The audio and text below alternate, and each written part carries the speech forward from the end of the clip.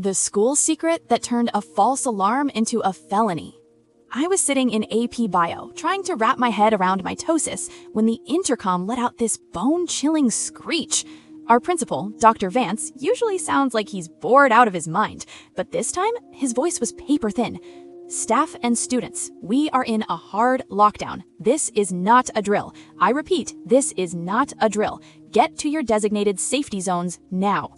My teacher didn't even say a word. She just flipped the lights and shoved a heavy bookshelf in front of the door. We all piled into the back corner, hiding behind lab tables. For 40 minutes, it was dead silent. Then we heard it. Heavy footsteps in the hallway. Then the sound of someone rattling our door handle, hard. My heart was thumping so loud I thought the person outside could hear it.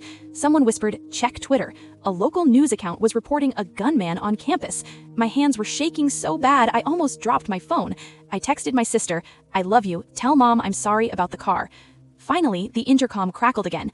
"The threat has been neutralized. Please exit your rooms with your hands visible. Report to the football stadium immediately." We walked out like ghosts. The parking lot was a sea of blue and red lights. SWAT teams were everywhere. In the stadium, Dr. Vance stood at the 50-yard line with a megaphone. He looked like he'd aged 10 years. Today's lockdown was triggered by a phone call from a student. A freshman named Lucas Miller reported seeing a weapon in the locker room. The crowd started hissing. People were shouting, "He's a liar," and "He just wanted to skip the math final." Lucas was standing there, looking tiny between two police officers. He was crying so hard he couldn't even stand up straight. But then, Dr. Vance's voice got cold, dead cold. However, upon searching the locker room, the police didn't find a gunman. What they found was a hidden camera and a hit list taped to the inside of the varsity captain's locker. The stadium went silent. You could hear a pin drop. It turns out, Lucas hadn't lied. He'd seen the weapon. It was a flare gun the seniors were planning to use for a prank that would have burned the gym down.